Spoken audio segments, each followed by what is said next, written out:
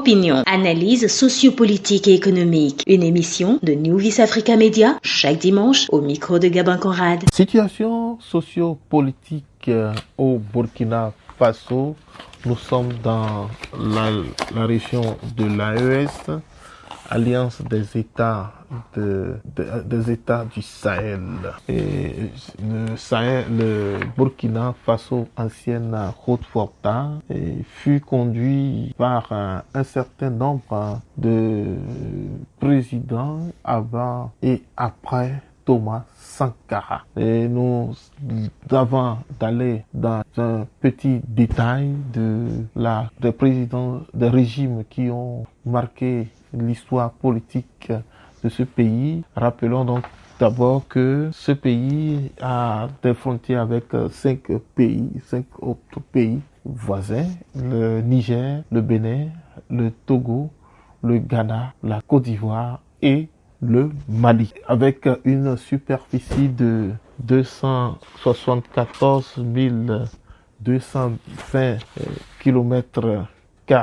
Il compte plus de 23 725 000 habitants, dont 49% sont des hommes et 51% des femmes. Il faut noter également qu'il y a des communautés étrangères et sur le sol burkinabé depuis des années qui sont très connus et estimés à 30% de Maliens, 14% Togolais, 9,7% Béninois, 9% de Nigériens, 8% Nigériens, et 4% Ghanéens, 3% Ivoiriens. Voilà l'estimation des étrangers sur le territoire burkinabé.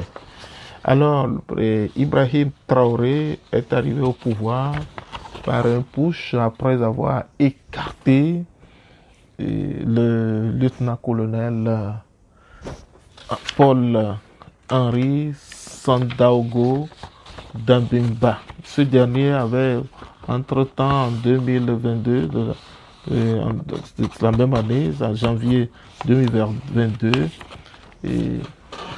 mis fin au régime de Marc Christian Kaboré.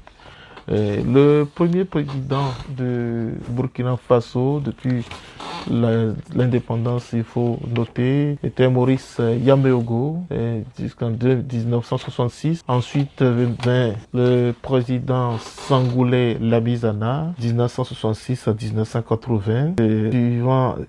Ensuite Saï Zerbo qui prit le pouvoir de 1980 jusqu'en 1983. En 1983, les officiers et les 4 officiers du commandant commandant Jean-Baptiste Boukari et les 3 capitaines Blaise Compaoré, Thomas Sankara et Henri Zongo ont conduit une opération push qui écarta le président Saï Zerbo. Zerbo fut déchu et ensuite l'année suivante, Sankara, le capitaine Thomas Sankara prit le pouvoir à partir de 1984. Il resta au pouvoir jusqu'en 1987 où il fut assassiné et le tour vint à Blaise Compaoré de conduire ce pays de 1987 jusqu'en 2014. Blaise Compaoré donc fut renvoyé du pouvoir par une grande mobilisation de différentes confédérations et mouvements militaires qui se sont mobilisés pour mettre fin à ce régime. Il y a eu une période d'instabilité jusqu'en 2015 où Marc Christian Kaboré prit le pouvoir avec une élection régulièrement reconnue comme démocratique. 2022, janvier 2022, Paul-Henri Sandaogo Dambimba met fin au régime de Marc Christian Kaboré. La même année, le 30 septembre 2022, Ibrahim Traoré conduit notre push pour renvoyer ce dernier. Ibrahim Traoré, capitaine Ibrahim Traoré, est donc au pouvoir depuis le 30 septembre 2022. Nous allons voir dans cette émission qu'est-ce qu'il a pu changer. Il était en face d'une situation d'insécurité. Le Burkina traversait donc une situation d'insécurité très aiguë, et donc il devrait donc directement faire face à cette situation. Et depuis, il y a eu beaucoup d'avancées, il y a eu beaucoup d'améliorations selon plusieurs observateurs. Nous allons donc voir avec notre invité ce qui a pu changer depuis que ce jeune capitaine panafricaniste a pris le pouvoir au Burkina Faso. Merci, mesdames et messieurs, de rester avec nous. Je suis au micro, Gabin Conrad. Opinion, analyse sociopolitique et économique. Une émission de New Vice Africa Media chaque dimanche au micro de Gabin Conrad. Voilà, mesdames et messieurs, le capitaine Ibrahim Traoré au pouvoir depuis le 30 septembre 2022. La situation sécuritaire de son pays, donc les enjeux étaient nombreux, il fallait se battre contre jour et nuit, contre l'infiltration des terroristes dans plusieurs milieux du pays. Alors, il a su organiser un bon mécanisme pour venir à bout de plusieurs poches d'insécurité. Et au même moment, il s'est organisé à renforcer les projets de développement. Et ceci est très ressenti par plusieurs populations qui, déjà à partir de 2022, ont commencé par sentir l'amélioration de leurs conditions de vie. Nous avons réussi donc à joindre une de nos correspondantes, Diane Esther, depuis Ouagadougou, qui va nous dire un mot sur ce qu'elle trouve de mieux, ce qu'elle trouve d'intéressant sur ce changement qui s'opère.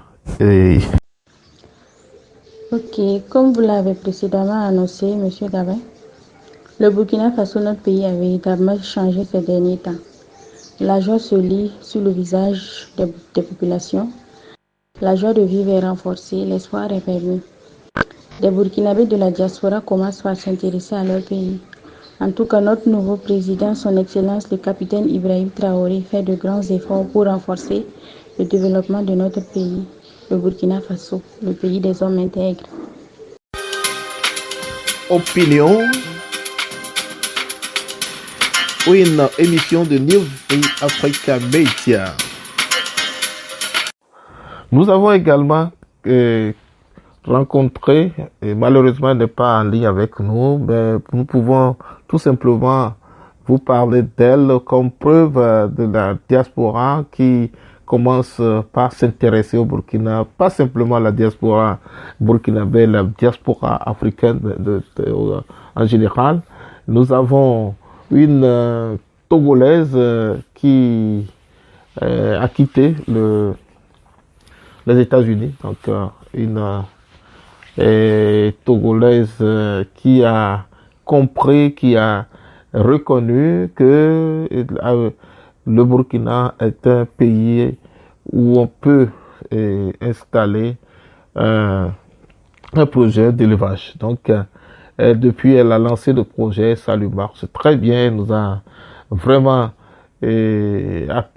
confirmé qu'elle s'est installée à Bobo-Dioulasso depuis. Elle ne regrette pas d'avoir fait ce choix. Donc, disons alors tout simplement que le capitaine Ibrahim Traoré fait un très bon travail et il met les Burkinabés au travail, il met en confiance et alors le Burkina peut être donc un pays qui donne de l'espoir aux Africains dans les années à venir.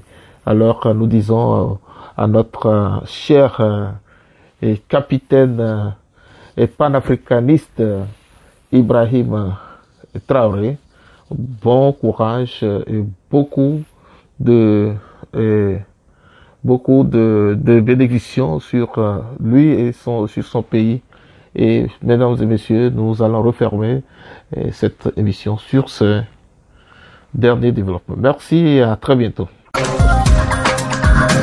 Opinion,